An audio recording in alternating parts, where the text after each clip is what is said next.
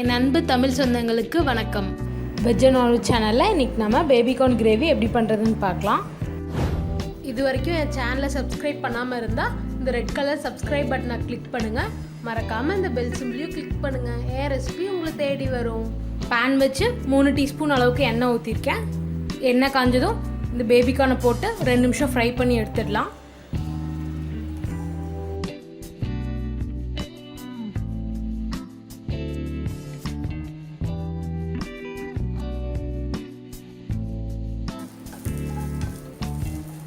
ரெண்டு நிமிஷம் ஆயிடுச்சு. பேபிகார்ன் நல்லா ஃப்ரை ஆகிடுச்சு. லைட்டாக கலர் சேஞ்ச் ஆகிருக்கு. இப்போ நம்ம அடுப்பை ஆஃப் பண்ணிடலாம். இது ஒரு பிளேட்டுக்கு ட்ரான்ஸ்ஃபர் பண்ணிடலாம். பேன் வச்சு அதில் 1 டேபிள் ஸ்பூன் அளவுக்கு வெண்ணெய் சேர்த்துடலாம். வெண்ணெய் உருகிடுச்சு. இது கூட 2 ஏலக்காய், 1 பட்டை, 3 கிராம்பு, 1 பிரிஞ்சி இலை சேர்த்துடலாம்.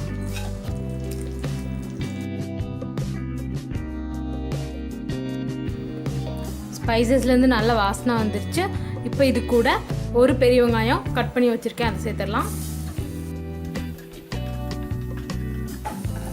கோல்டன் ப்ரௌன் ஆகிற வரைக்கும் வதக்கிக்கலாம். வெங்காயம் நல்லா கோல்டன் ப்ரௌன் ஆகிடுச்சு. இப்போ இது கூட 1/2 டீஸ்பூன் அளவுக்கு இஞ்சி பூண்டு பேஸ்ட் சேர்த்துடலாம். இஞ்சி பூண்டோட பச்சை வாசனை போகிற வரைக்கும் வதக்கிக்கலாம்.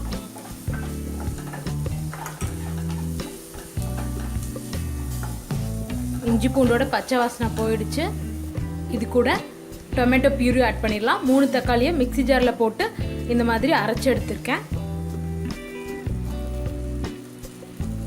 கூடவே கொஞ்சமாக தண்ணி சேர்த்துடலாம். நல்லா மிக்ஸ் பண்ணி விடுங்க.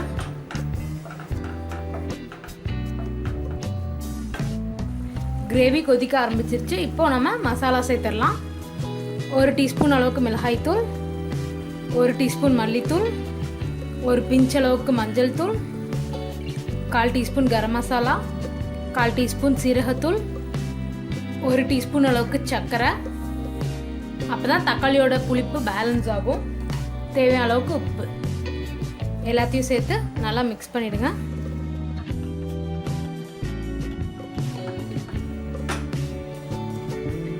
இது கூட நம்ம ஃப்ரை பண்ணி வச்சிருந்த பேபிகார்னை சேர்த்துடலாம்.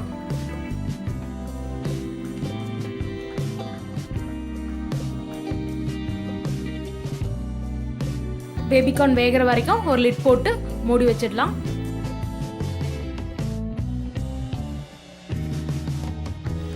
பத்து நிமிஷம் ஆயிடுச்சு. இப்போ ஓப்பன் பண்ணி பார்த்துடலாம். கிரேவி நல்லா திக்காயிடுச்சு. பேபிகார்னும் நல்லா வெந்துடுச்சு.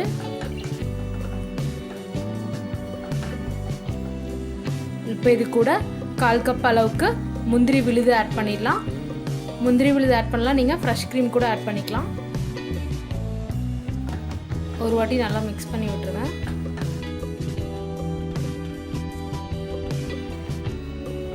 ஃபைனலாக இது கூட கொஞ்சமாக கஸ்தூரி மேத்தி சேர்த்துடலாம். நல்லா க்ரஷ் பண்ணி சேர்த்துருங்க. இதை நீங்கள் ரொட்டி, சப்பாத்தி, பரோட்டா, தோசை எல்லாத்துக்கூடயும் வச்சு சாப்பிட்லாம். ரொம்பவே நல்லாயிருக்கும். ஒரு 2 நிமிஷம் இருக்கட்டும். 2 நிமிஷம் ஆயிடுச்சு. இப்போ நம்ம அடுப்பை ஆஃப் பண்ணிடலாம். பேபிகார்ன் கிரேவி தயார். இந்த ரெசிபியை உங்கள் வீட்டில் கண்டிப்பாக ட்ரை பண்ணி பார்த்துட்டு எப்படி இருந்ததுன்னு எனக்கு கமெண்ட்டில் போடுங்க. மறக்காமல் வெஜ் அண்ட் நான்வெஜ் சேனலை சப்ஸ்கிரைப் பண்ணுங்கள்.